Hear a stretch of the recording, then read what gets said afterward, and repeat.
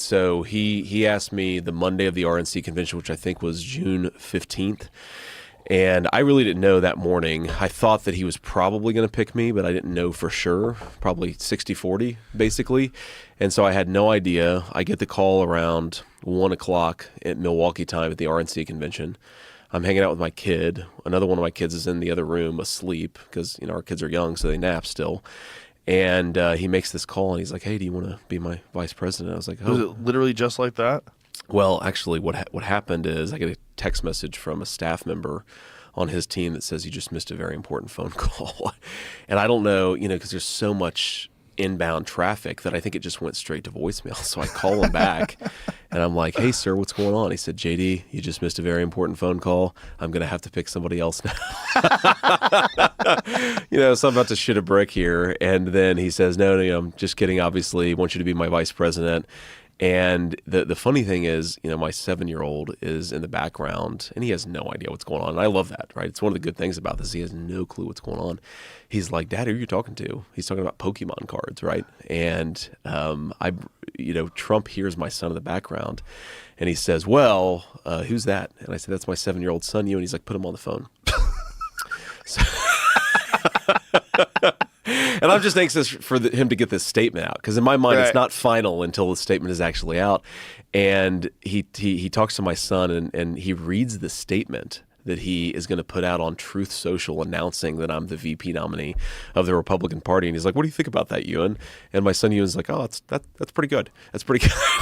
And then he gives the phone back to me. He's like, "I have no idea what the hell's going on." He doesn't even know what that means. Yeah, that's he has no crazy. idea. And of course, I remember this story because in particular, and the Madison Square Garden rally of a few days ago was the first time that my son actually met Donald Trump. So he'd spoken to him on the phone, but hadn't actually met him until the rally at MSG.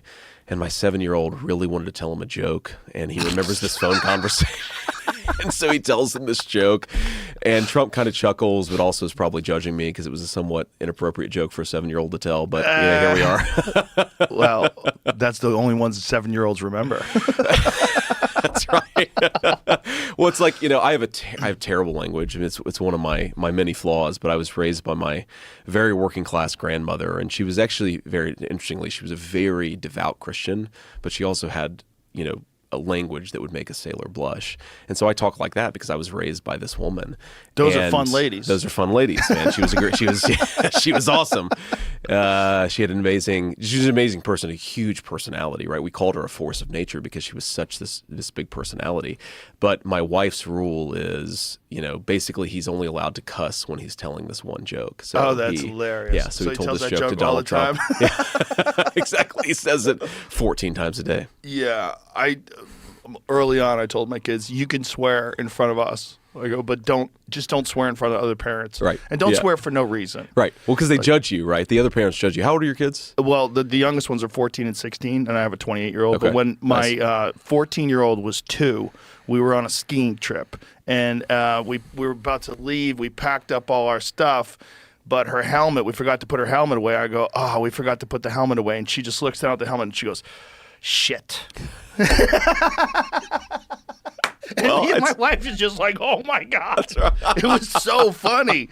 There's just something adorable about a 2-year-old that doesn't know that you're not supposed to say shit. No, and just absolutely, have that cute little face. Well, I mean, my 4-year-old, he was 3 at the time. We were going, because, we live in Cincinnati, but then I'm a senator, so we spent a lot of time in Washington, and I was taking my 4-year-old solo, he was 3 at the time, on this trip, and we're on a Delta flight. We're in the back. I'm kind of wondering, because, I've got bedhead, and I'm thinking to myself, do any of these people know that I'm a senator? Because I look like shit right now.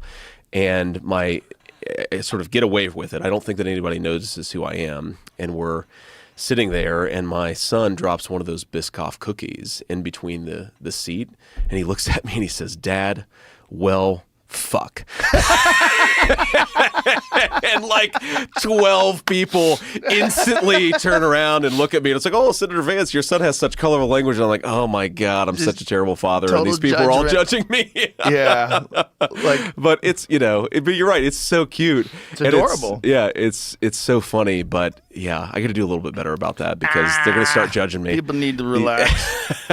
They Little do. bad They words really every do. now and then. It's good for you. I Yeah. think it's good for you. I think it gets a little steam out. I agree. It's good. Was there any part of you that was like, do I really want this job? Because it comes with so much. It comes with not Sure. having the Secret Service in the room. It comes with this enormous change of your life, this insane responsibility. Everybody's watched presidents, especially, age radically, dramatically. Yeah. And everyone but Trump. Trump That's right. just It's like, kind of amazing. Yeah. the dude just didn't age.